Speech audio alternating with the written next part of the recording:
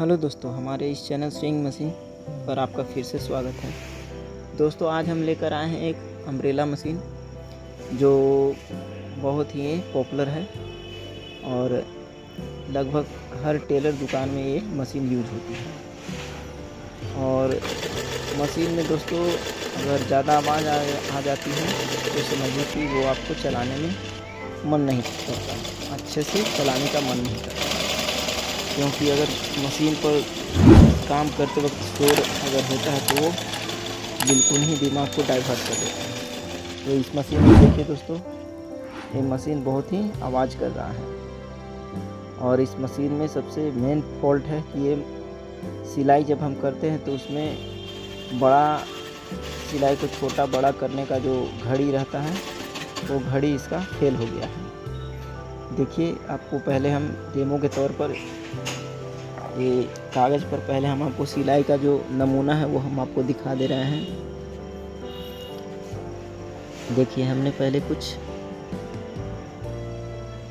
ये अभी 0 पर चल रहा है, जो कि ये 0 पर चल नहीं रहा है, क्योंकि इस पॉइंट के सामने अगर आप घड़ी का कोई भी नंबर रखते हैं तो उस नंबर पर सिलाई होता है। लेकिन इस मशीन में ऐसा कुछ चेंजिंग नहीं हो रहा है।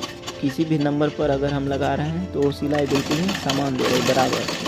देखिए, ये 1 पर भी उतना ही समान सिलाई दे रहा है और 2 पर भी उतना ही या 5 पर भी उतना ही। इसको हम कपड़े पर भी आपको ट्राई करके दिखा रहे हैं। ये अपने आंखें के अनुसार ज़रा सा भी बड़ा या छोटा नहीं है। देखिए, और मशीन में आवाज़ भी बहुत है, वो भी आप सुन ही रहे हैं।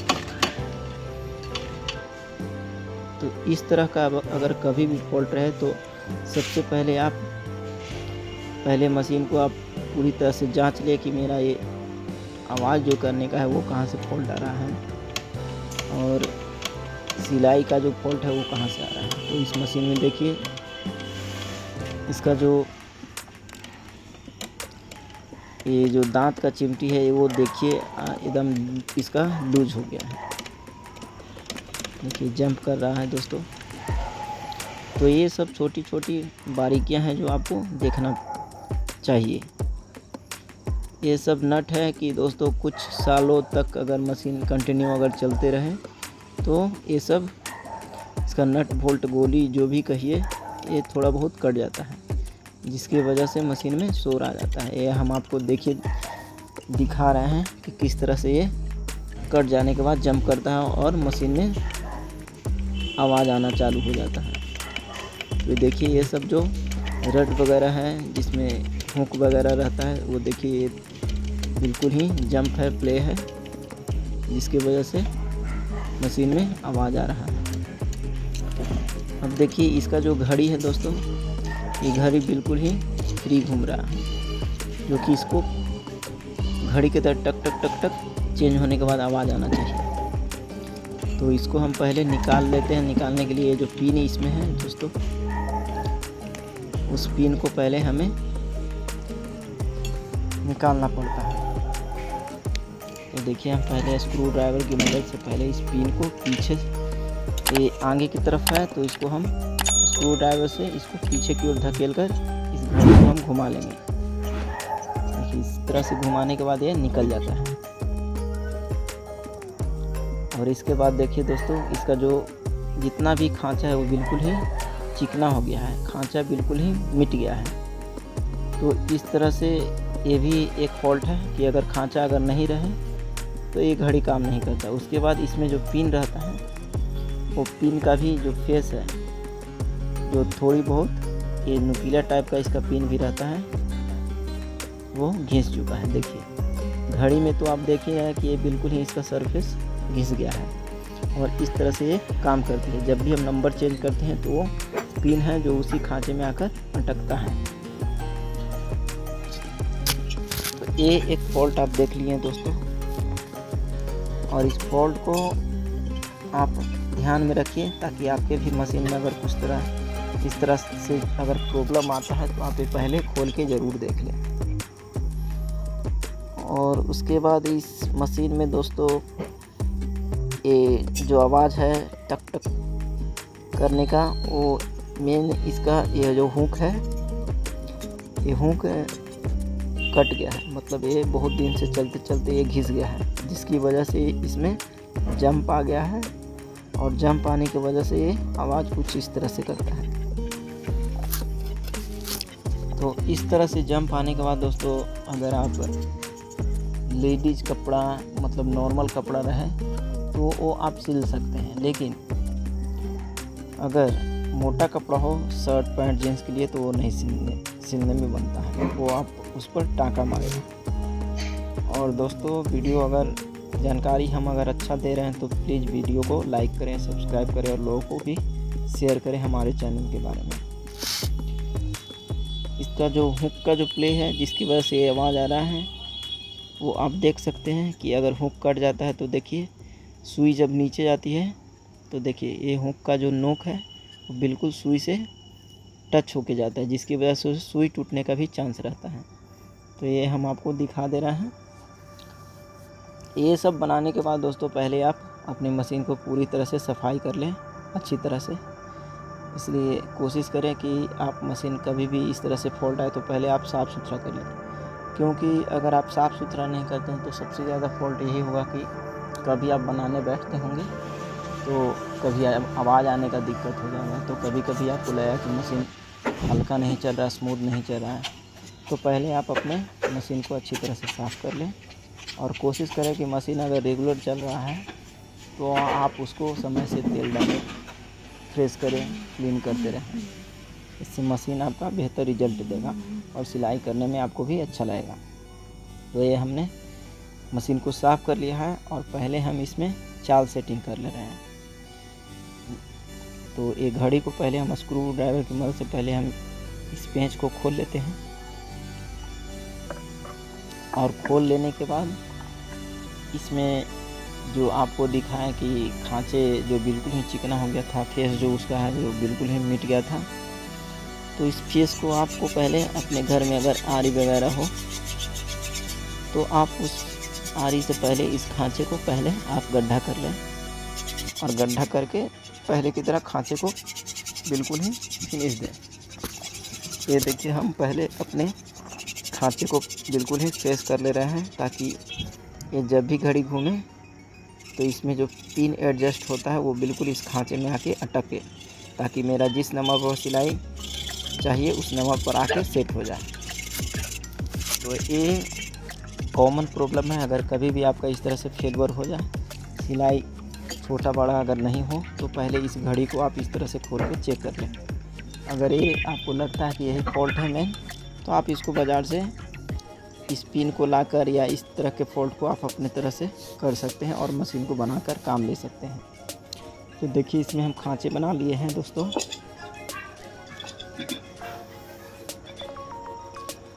और देखिए इसका पिन, एक नया पिन है और एक पहले वाला पिन, देखिए दोनों में कितना अंतर है। तो इसका जो फेस है आगे का जो पॉइंट है वो बिल्कुल ही घिस चुका था और ये पिन इस तरह से इसमें डाला हुआ रहता है। पिन इस तरह से काम करता है, जब आप चाल सिलाई को छोटा बड़ा करते हैं तो उसी खांचे में आकर ये अटकता है, जिस पर आपको सिलाई अच्छा लगता है। तो इस तरह से इसे घुमाने के बाद जहाँ पर भी आप अगर एडजस्ट करते हैं तो समझिए कि इसी खांचे में आकर सिलाई होता है, जिसकी वजह से आप अपने सिलाई को अच्छी तरह बेहतर समझकर वहाँ पर फिक्स कर आप देखते हैं। तो इसको हम कस ले रहे हैं और इसमें जो एक स्टॉपर पॉइंट भी होता है उस स्टॉपर पॉइंट को आप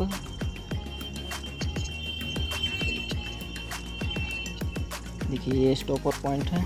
इस स्टॉपर पॉइंट को आप लास्ट तक कसने के बाद पेचकस से आप इस तरह से पुश करके आप स्टॉपर पॉइंट को अपोजिट ले जाएं, घुमा लें।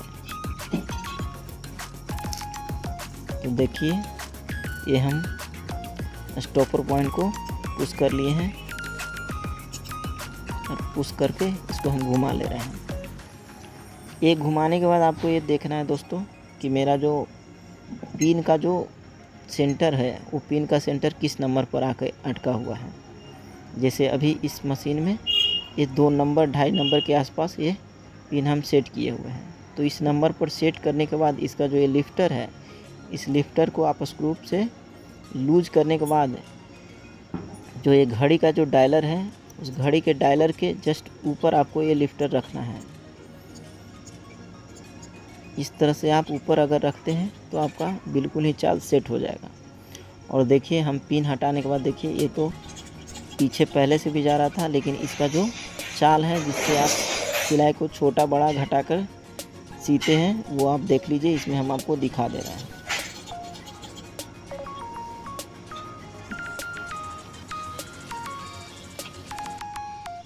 देखिए आपको गौर से हम दिखा दे रहे हैं दोस्तों, ये भी मेरा सिलाई इस तरह से इतना बड़ा दे रहा है, तो ये मेरा काम कर रहा है। और देखिए ये अभी 5 पर काम कर रहा है दोस्तों, 5 पर ये फुल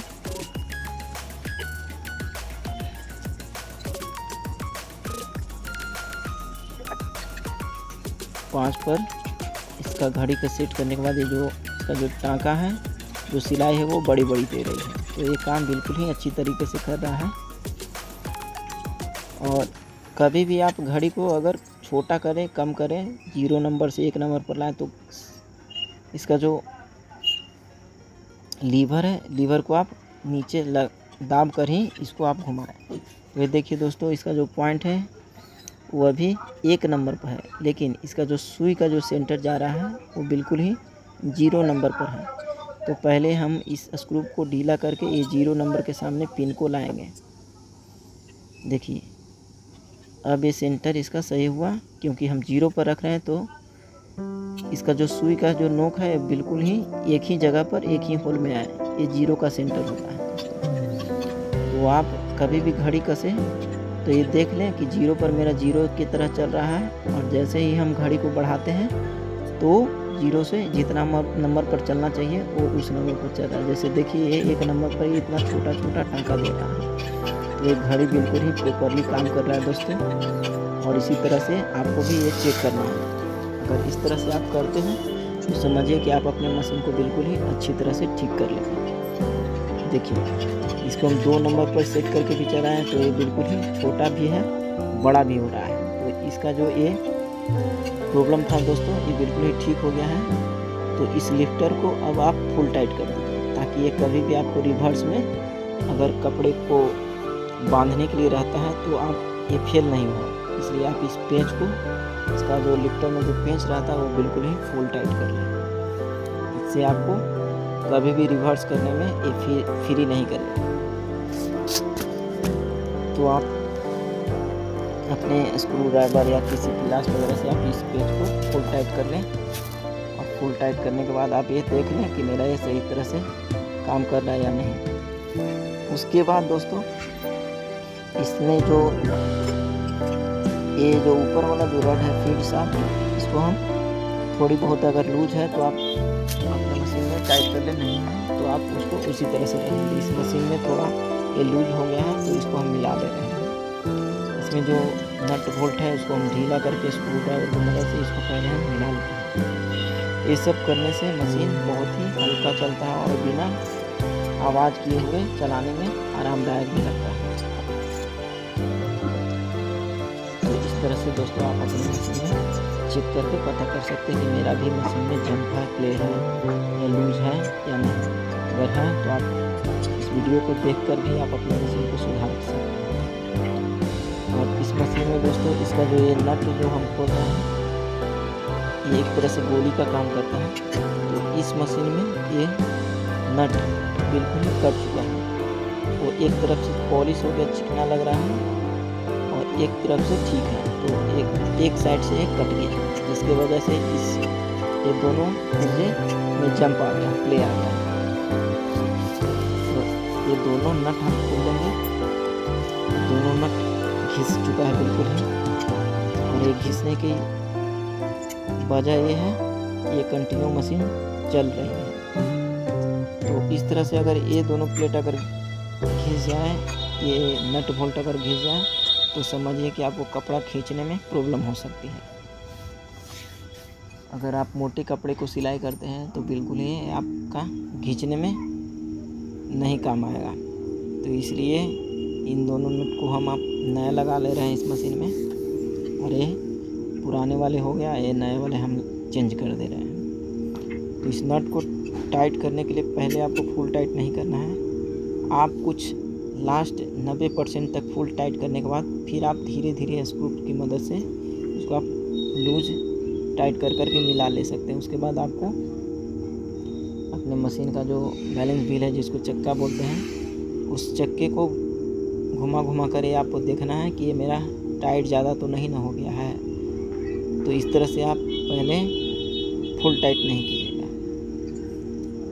देखिए इस तरह से आप पहले मिला लीजिए, और मिला लेने के बाद आप बार बार इसको देखिए समय से कि मेरा जाम तो नहीं ना चल रहा है कसने के बाद। और अगर आपको लगता है कि नहीं ठीक है, तो आप इसको अपने हिसाब से मिला लेने के बाद इसको रिंच या पिलास की मदद से आप इसको टाइट कर लें। तो ये देखिए ये हम इसको मिला ले रहे हैं, और मिला लेने के बाद ये मशीन में जो जंप था, कट का आवाज़ जो था, वो बिल्कुल ही ख़त्म हो चुका है।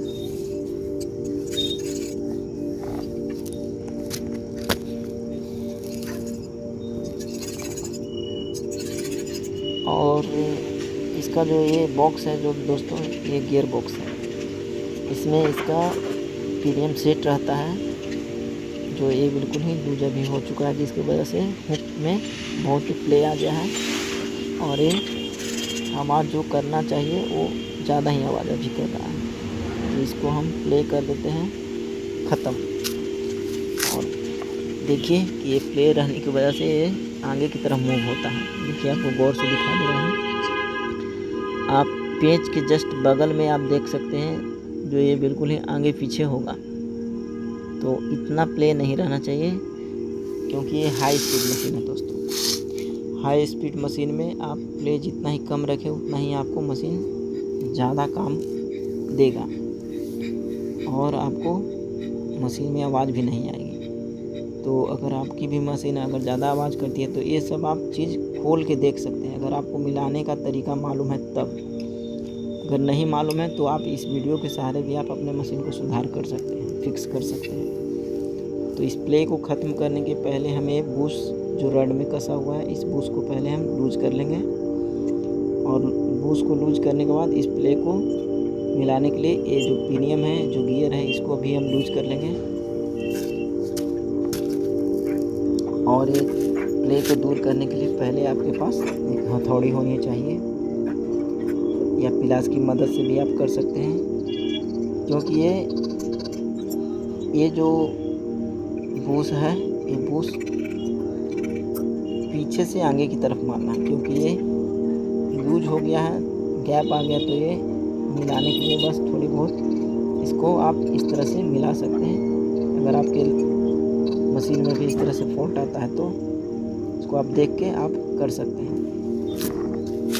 ये फिक्स करते समय दोस्तों पहले आपको मशीन का जो चक्का हो वो बार बार आपको चलाकर चेक करना पड़ता है, क्योंकि आप अचानक से इस पर चोट मार देते हैं तो हो सकता है ये आपको जाम कर दे भी, जिससे मशीन और भी पहले से ज़्यादा भारी चलने लगे।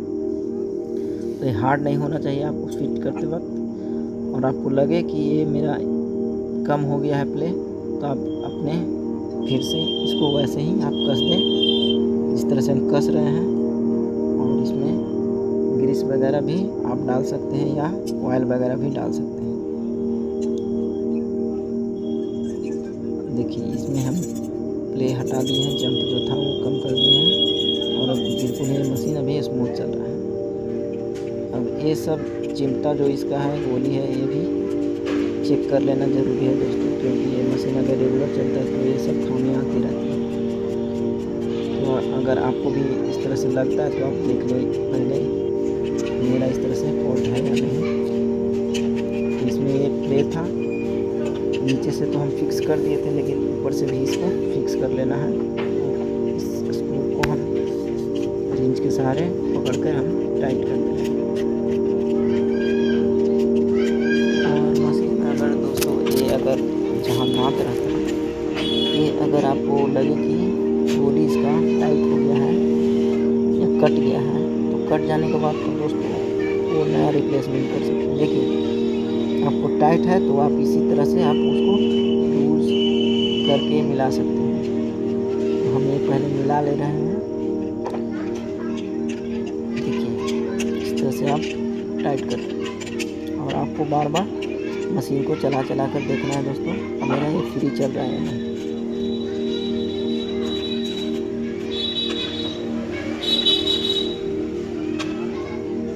इस तरह से आप अगर देख के करते हैं दोस्तों तो बिल्कुल ही आप अपने मशीन को सुधार सकते हैं।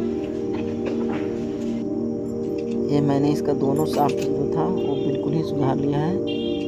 अब इसका जो नीडल रड है जिसमें हम सुई कसते हैं वो थोड़ी बहुत जम करती है, जिसकी वजह से आपको हम शुरू में बताए थे कि देखिए ये मेरा सुई को धक्का देकर पार हो रहा है। तो इसका मेन रीज़न है इसका जो बूस था वो बूस कट गया है। तो ये बूस को हम निकाल लिए हैं देखिए, और नए बूस को हम लगाकर दिखाएंगे आपको। नया बूस लगाने के बाद पहले आपको पहले वाला रड जो है उसको पहले चेक कर लेना है। अगर पहले वाला भी रड आपको लगता है नए बूस में कि ठीक है मेरा टाइट जा रहा है, ज़्यादा लूज़ नहीं लगता है, तो आप पहले वाला रड को लगा सकते हैं। तो इस मशीन में दोस्तों पहले वाला जो ये बूस है हम नया लगाए हैं, रड जो उसका है वो हम पहले वाला लगाए हैं। तो बूस को लगाने के लिए पहले ये आपको ध्यान रखना है कि ये ज़्यादा टाइट नहीं जाए, क्योंकि टाइट जाने के बाद आप जब इसको अंदर की ओर धकेलेंगे बॉडी में तो हो सकता है इसका ऊपर का जो पोर्शन है वो आपको चिपटा हो जाए, जिसकी वजह से इसमें रड नहीं जाए। तो हम इसको रगड़ कर पहले बूस बैठा लिए और नीडल रड डाल के इस तरह से हम चेक कर लें कि ये मेरा फ्री जा रहा है। इस तरह से आप भी अपने मशीन में कर सकते हैं।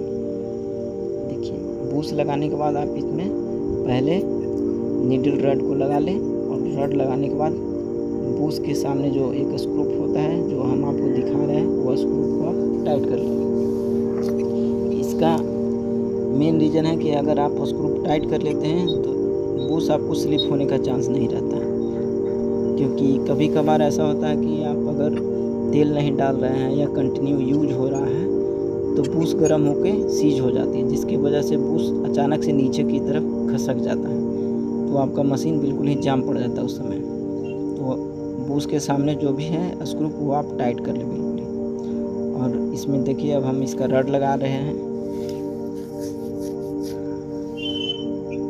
रड लगाने के बाद आप बिल्कुल ही मशीन को चला चला कर देखते रहें कि मेरा फ्री चल रहा है या नहीं।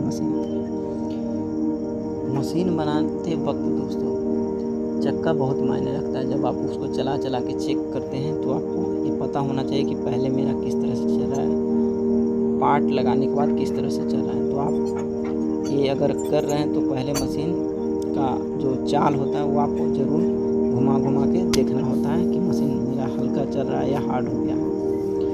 तो इस मशीन में नया बूस लगा दिए हम दोस्तों, और पहले वाला जो इसका रड था सुई रड जिसमें हम सुई लगाते हैं वो हम पहले वाला लगा दें। तो ये इसका कॉम्बिनेशन बिल्कुल ही सही हो गया नए की तरह। और इसको हम ऑयलिंग कर दे रहे हैं जिससे मशीन हल्का चले, बिल्कुल ही आराम लगे चलाने में। तो तेल आप मशीन में इन जगहों पर आप डाल सकते हैं जिससे मशीन आपका बिल्कुल ही शोर नहीं करे। तो मशीन में रड लगाने के बाद दोस्तों अब देखिए इसका जो चाल है वो पहले से चेंज हो गया है। अब इसका जो हुक है दोस्तों, इस हुक को हम दूसरा हुक लगाएंगे जो इससे कम प्ले हो, क्योंकि कस्टमर का कहना था कि मेरे पास अभी इतना ख़ास पैसा नहीं है, इसलिए आप एडजस्ट कर दीजिए किसी तरह से ताकि हमें कुछ महीनों के लिए काम मेरा हो जाए। तो हम उससे कम प्ले वाले हुक को हम लगा लिए हैं। देखिए ये पहले वाला हुक है दोस्तों, और दूसरा हुक हम आपको बता देते हैं कि देखिए मेरा इस तरह का हुक था। तो हुक आपको अगर फिटिंग करने के लिए जानना है दोस्तों तो मेरे चैनल पर पहले से भी हुक का सेटिंग टाइमिंग कैसे सेट करना चाहिए वो आप देख सकते हैं वीडियो। हुक तो हम पहले से रख लिए दोस्तों। तो पहले इसका जो शाफ्ट में जो गोली सेट है इसके वजह से दांत इसका ऊपर नीचे होता है, वो इसका मार खा गया दोस्तों। बहुत ही ज़्यादा चलने की वजह से ये बिल्कुल ही चिकना हो गया है।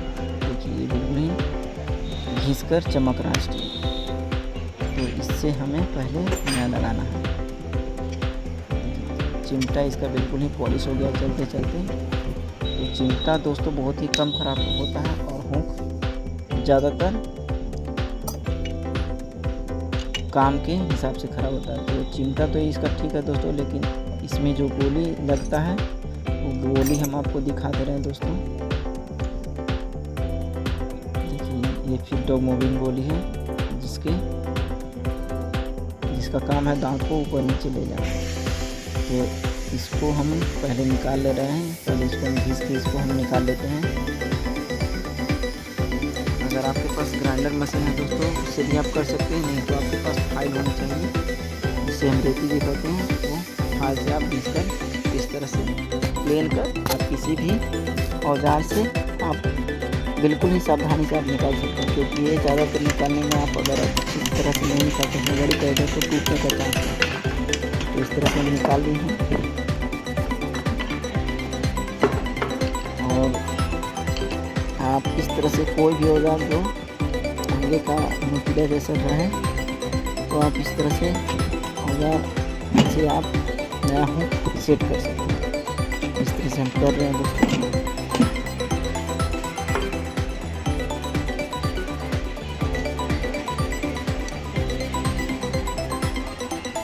तो हम ये लगा लिए हैं और लगा कर इस तरह से हम सेट कर लिए हैं। तो हम आपको दिखा दे रहे हैं। ये सब आपको सावधानी से करना है दोस्तों, हड़बड़ी में नहीं करना है, क्योंकि ज़्यादा ही टूटने का भी चांस है। देखिए हम नया गोली लगा लिए हैं। इसको ऊपर से पहले हमें पीट कर बैठाना है ताकि ये निकले नहीं। और ये गोली बैठाने के बाद आपको ये भी चेक करना है दोस्तों कि ये गोली मेरा अच्छी तरह से बैठ रहा है। देखिए गोली को हम इस तरह से पीट रहे हैं ताकि ये बाहर की ओर निकल नहीं जाए। और इस तरह से गोली बैठाने के बाद दोस्तों ये गोली बिल्कुल ही अच्छी तरह से घूमना चाहिए। अगर जाम चलेगा तो मशीन बिल्कुल ही आपका जाम चलने लगेगा, भारी लगेगा। इसलिए आप इसको लगाने के बाद भी टेस्ट कर सकते हैं कि मेरा ये फिट होता है। ये बिल्कुल ही अच्छी तरह से मूव करना चाहिए। तो इसे मिलाने के लिए इस तरह से भी आप कर सकते हैं। अगर आपका एक साइड जाम चले और एक साइड लूज चले तो इस तरह से पोर्शन में रख के आप इसको मार के लूज कर सकते हैं।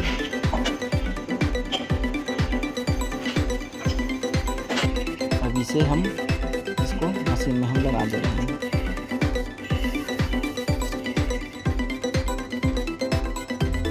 ये वीडियो देखकर दोस्तों आपको अगर हमारा काम करने का तरीका अगर पसंद आता है तो प्लीज़ चैनल को सब्सक्राइब करें और लोगों को ज़रूर बताएं। और अगर आप कमेंट करते रहते हैं तो हमें थोड़ा हिम्मत मिलते रहेगा और वीडियो में तरह तरह के आइडिया लेकर बनाते रहेंगे। सांप को कसने के बाद ये भी आपको देखना है कि इस तरह से ज़्यादा ये टाइट नहीं हो। इस तरह से मूव करके आपको चेक करना है।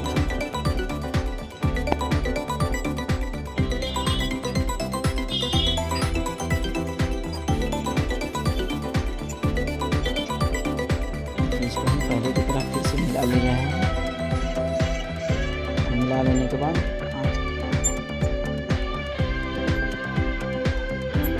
पूरी तरह से इसको आप टाइट कर लें।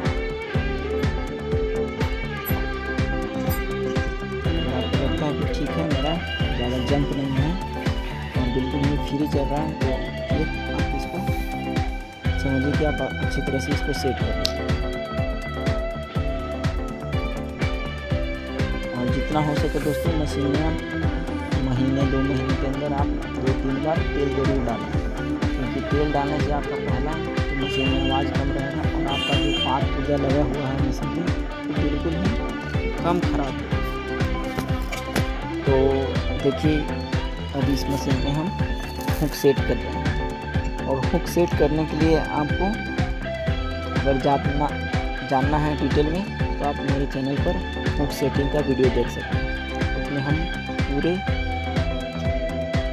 गहराई से हम आपको बताएं फुल डिटेल के साथ कि किस तरह से सेट करना चाहिए। वो अगर आप वीडियो देखते हैं दोस्तों तो बिल्कुल ही आप अपनी मशीन, अम्ब्रेला मशीन, बड़ी मशीन, 95 मशीन जो भी हो, आप बिल्कुल ही अपने हिसाब से इसमें टाइमिंग सेट कर ले सकते हैं। तो इसमें हम हुक का टाइमिंग सेट कर दिए हैं और इसका जो थोड़ा बहुत मिडिल प्लेट है जिससे सुई होकर जाती है और थोड़ी बहुत खुरदारी हो गई तो इसको हम पॉलिश कर ले रहे हैं, क्योंकि पॉलिश करने से धागा नीचे से जो ऊपर आता है दोस्तों वो बिल्कुल ही आराम से आता है। अगर आप पॉलिश नहीं करते हैं तो कभी कभार ऐसा होता है कि थोड़ा बहुत धागा टाइट होने के बाद धागा कटने का चांस रहता है। तो आप मिडिल प्लेट के होल को बिल्कुल ही चिकना कर लें। तो इसमें हम देखिए, इसको हम स्क्रैपर की मदद से पहले हम चिकना कर लिए हैं, या आप कुछ भी औजार से आप इसको चिकना कर सकते हैं। और ये सब लगाने के बाद आपको सेंटर ये देखना है कि सुई बिल्कुल मेरे नीडल प्लेट के बीच में जा रही है या नहीं। तो हम अब इसको सेटअप कर ले रहे हैं दोस्तों। इसका जो चाप है, चाप भी हम देख लेंगे कि मेरा बिल्कुल ही सही तरीके से काम कर रहा है नहीं, क्योंकि टेलर में दोस्तों ज़्यादातर ये मशीन कंटिन्यू चलते रहता है, तो ये हर तरह से हमें फिक्स फिटिंग करके देना होता है। और ज़्यादातर है कि अगर आपको धागे का प्रॉब्लम है तो टेंशन कॉमन प्रॉब्लम होता है। टेंशन अगर आप सेट करने के लिए जानते हैं तो आप मशीन बिल्कुल ही अच्छी तरह से चला सकते हैं। तो इस मशीन में देखिए दोस्तों, इसका जो टेंशन रड था जो टेढ़ा हो गया था, जिसकी वजह से ये धागा बढ़िया से पास नहीं कर रही थी और स्प्रिंग इसका जो होता है इसमें वो बिल्कुल ही जंप नहीं कर रहा था। तो हम ये रड नया लगा दिए हैं और इसको पूरी तरह से टेंशन किस तरह से असेंबल करते हैं वो हम असेंबल कर दे रहे हैं। मेरे चैनल पर दोस्तों इसका असेंबलिंग भी वीडियो है, किस तरह से टेंशन लगाया जाता है, बड़ी मशीन का कैसे सेट करना चाहिए अगर आप उसका पार्ट खोल दिए हैं तो इस मशीन में हम टेंशन सेट को कस लिए हैं और कस लेने के बाद इसका जो बॉबिन केस है इसको हम थोड़ा बहुत पॉलिश करके इसमें तेल वगैरह डाल के इसको अब हम चेक करने वाले हैं। बॉबिन केस में दोस्तों धागा बिल्कुल ही बड़ी मशीन में नॉर्मल आना चाहिए, ये क्योंकि हुक सिस्टम है तो इसमें ज़्यादा धागा टाइट नहीं आता है। तो ये आप देख ले पहले, क्योंकि ज़्यादा लूज होने की वजह से आपका सिलाई जो ऊपर का जो सिलाई है वो बिल्कुल ही ख़राब आने लगेगा। तो इसको आप पहले बैलेंस कर लें, ना ज़्यादा लूज रहे ना ज़्यादा टाइट। तो इस मशीन में हम इस धागे को मिला लिए हैं बॉबिन केस का, और हम इसमें अब ऊपर का सिलाई जो रहता है तो धागे को हम पहले लगा लेते हैं और लगा लेने के बाद आपको सिलाई दिखाएंगे। तो दोस्तों मेरे इस चैनल पर अगर मेरा वीडियो अगर अच्छा लगता है तो प्लीज़ ज़रूर लाइक करें, सब्सक्राइब करें और दोस्तों को शेयर करें, क्योंकि हम जो भी वीडियो बनाते हैं बहुत ही मेहनत करके हम बनाते हैं। थोड़ा बहुत वीडियो का जो इशू है, जो आपको कभी कभी दिखने में प्रॉब्लम होता है, तो उसके लिए हमें माफ़ कर दीजिएगा, क्योंकि हम वीडियो खुद से ही अकेले बनाते हैं तो थोड़ी बहुत हिलने का चांसेस बना हुआ रहता है। तो दोस्तों वीडियो अगर अच्छा लगता होगा आपको तो प्लीज़ लाइक करें। देखिए इसमें इस मशीन में ये अभी 2 पर चल रहा है और हम आपको सिलाई बड़ा करके दिखा रहे हैं। देखिए बड़ा टाँके का जो भी है वो भी देखिए, इसमें सिलाई पहले से छोटा था और ये बड़ा भी हो चुका है। तो ये मशीन बिल्कुल ही प्रॉपरली अच्छी तरह से काम कर रही है, बिल्कुल नए ढंग से। तो इस तरह से आप भी अपने मशीन में सिलाई ठीक कर सकते हैं। आज के लिए बस